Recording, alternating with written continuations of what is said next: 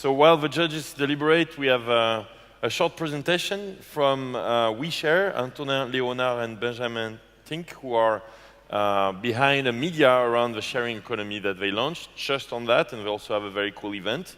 And then we get the final results, and that's going to be the close of LeWeb. So Antonin and Benjamin, can you join me, please?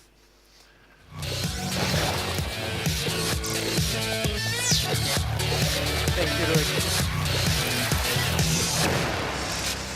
Thank you, Loïc. It's really good to be here with you guys.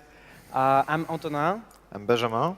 And we are going to talk to you about the rise of the collaborative economy with a focus on Europe, how it is transforming European cities, and how local governments in many European cities have just started to see the collaborative economy as a great opportunity to reinvent the way we live and the way we make in cities.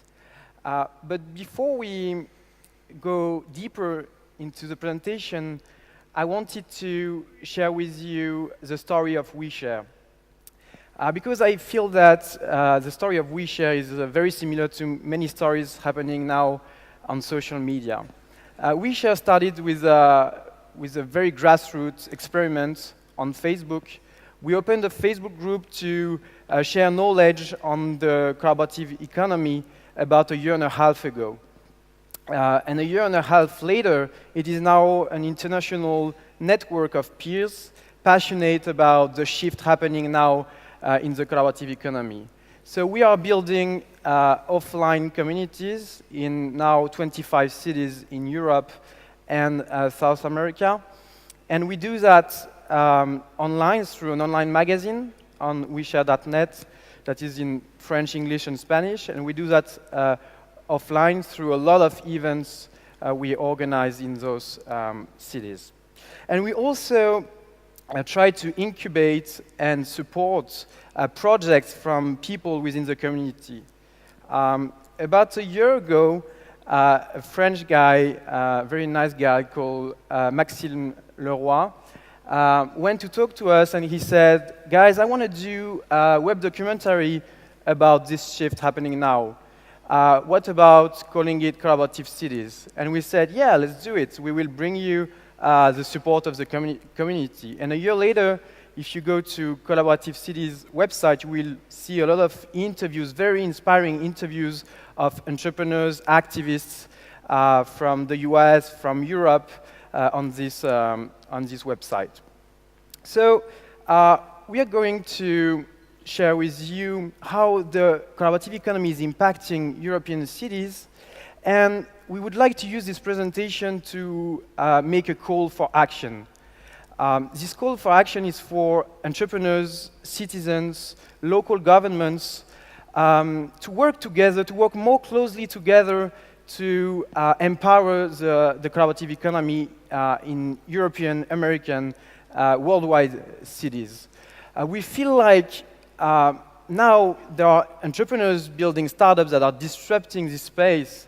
There are citizens that feel that something very meaningful that is impacting their life is happening. And there are local governments that have just started to embrace this shift.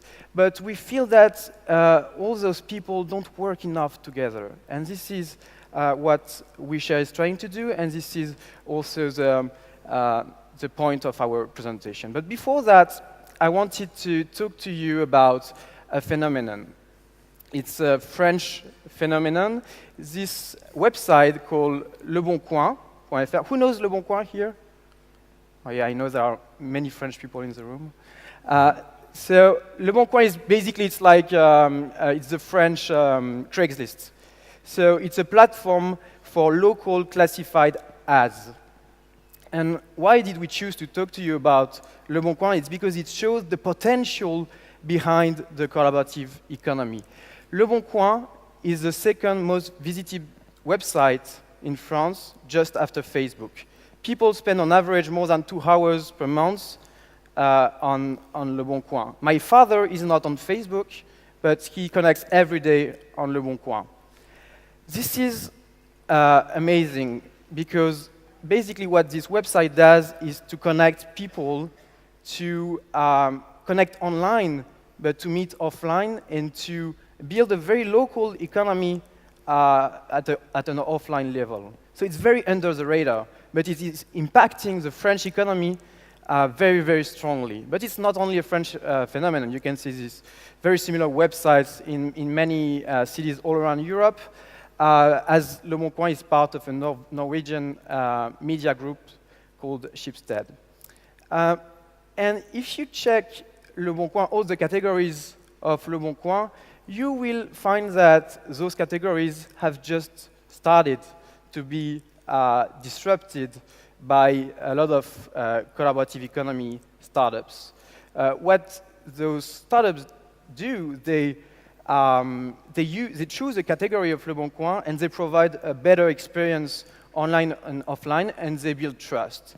So when you see the rise of the collaborative economy and you see the growth of Le Bon Coin, you can see that the movement is not going to stop very soon. So the collaborative economy is about building a local economy, and especially in European cities, we can see this growth very, very strongly. So we will show you a few examples that illustrate the growth of this economy in Europe. So first, I will go very rapidly with peer-to-peer accommodation, but just to illustrate that, show you a few slides about the growth of Airbnb in Paris. So Airbnb in Paris in 2008 was just starting, 2009, 2010, 11, 2012. So the wider the space, the more people that share their room. So this is really interesting for cities because, as the study showed, that Airbnb is having a very strong economic impact at the local level. So the more people in the city that share the spaces and welcome tourists, the better and the stronger the impact on the local economy. Then shared transportation. Especially in European cities, we have seen a few very interesting new ways of transportation, shared transportation emerging. And now with the emergence of real-time ride-sharing, on-demand ride-sharing like Lyft and Sidecar, this is a combination of all those shared transportation modes that will that have the potential to replace car ownership. And also with open data from public transportation, this is really a very, very interesting space. But it's really by connecting all those very different modes of transportation that car ownership has the potential to be replaced. So long-distance ride-sharing, the guys from BlaBlaCar already explained the growth. Just a figure for you. There are now more than 2 million people who share rides every month in Europe. This is a lot, and the growth is very, very exponential. And the last one, a very interesting space we've been looking a lot, it's collaborative supply of local food. So Cedric talked about this before. So this is a startup called La Ruche qui dit oui, and they are building local communities all around France. So they are close to 300 now. What they do is they connect consumers with local farmers, local producers. And it's really, really disrupting the retail industry very fast. And they just started in France, well, they started in France 2 years ago, and now they're expanding to other countries all around Europe. Thank you, Antonin. So, yes, the collaborative economy is opening a whole range of new peer-to-peer alternatives and revolutionizing a lot of industries, and it has a lot of local impact. But it's not only about the way we live, but also about the way we make things happen. So, for instance, if you take work and co-working, well, co-working spaces, basically it's the office of the 21st century. And the number of co-working spaces globally doubles every year. So there is now an estimate of more than 1,000 spaces in Europe, more than 2,000 globally. And what's very interesting is that it's not only about work. It's not only about a space where you can work, but it's about the people that you can meet in this space. For instance, if you see this space on the screen, it's a space called Mutinerie Co-working in Paris, started by 3 brothers and a long-time friend.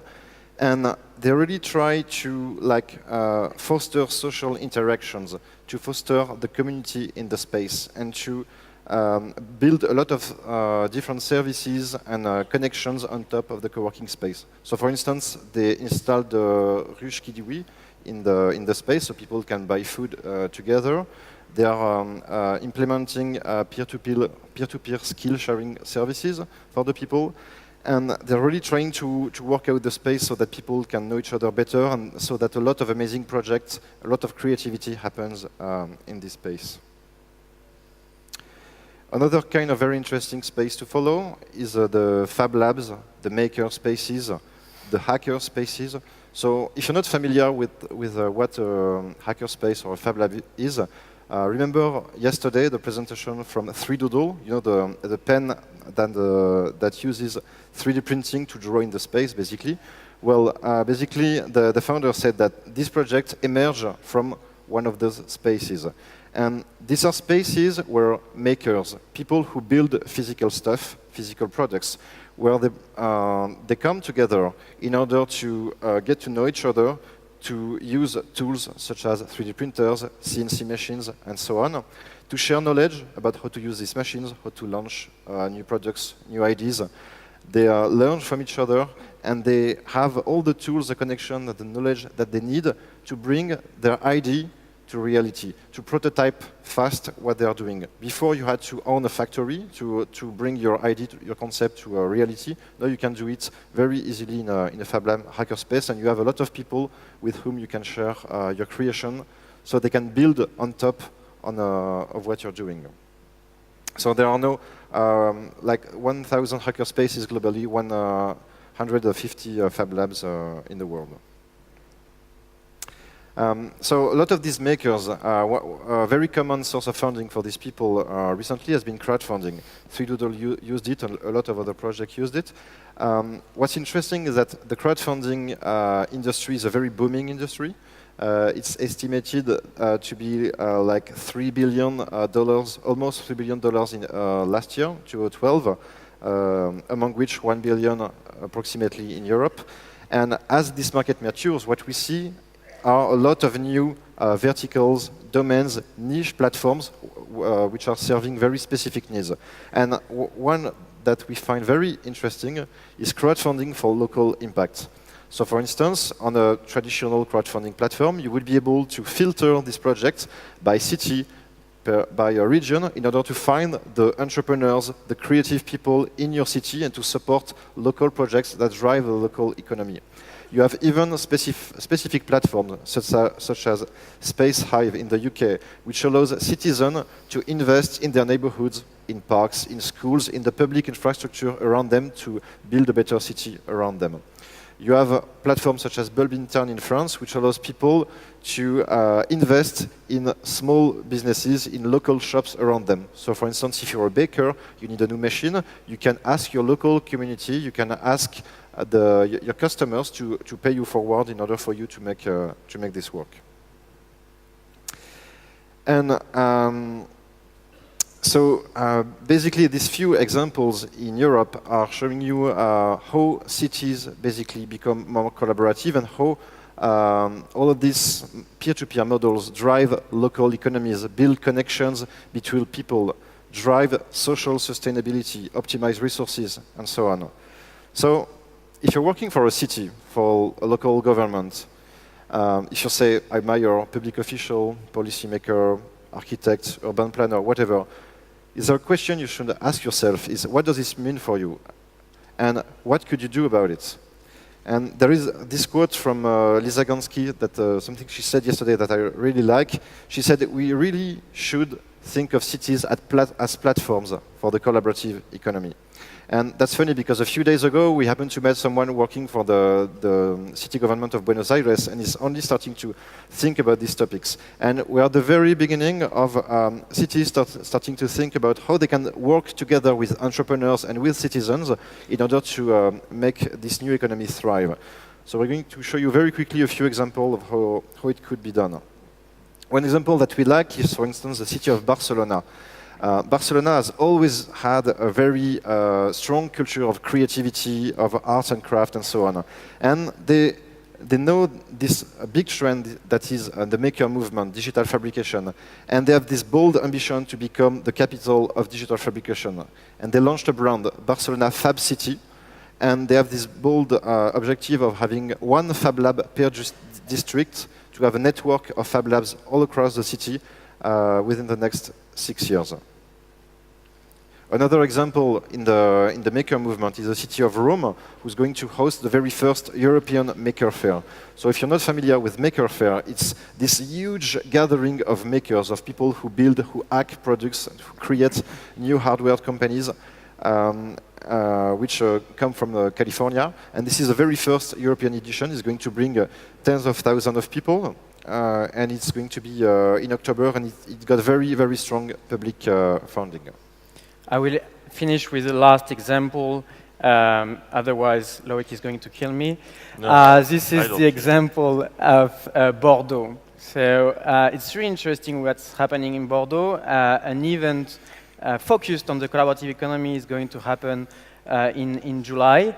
And they have this vision that the collaborative economy is the future, and they want to empower the movement. So they feel like we should start with an event, and we will see how it's going to happen. So it's really interesting also what's happening in the city. And you see this quote of one of the top managers of the metropolitan area.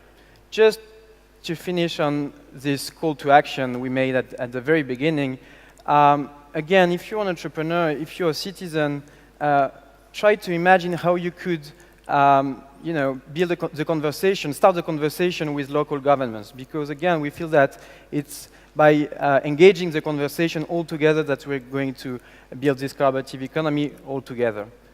Thanks a lot. Thank you very much. And your slides are online, right? Yeah. On OuiShare, I guess. Yeah. You're sharing your slides on OuiShare. Yeah. Yes. Great. Thank you very much. Thank you, Loic. Thank you, guys.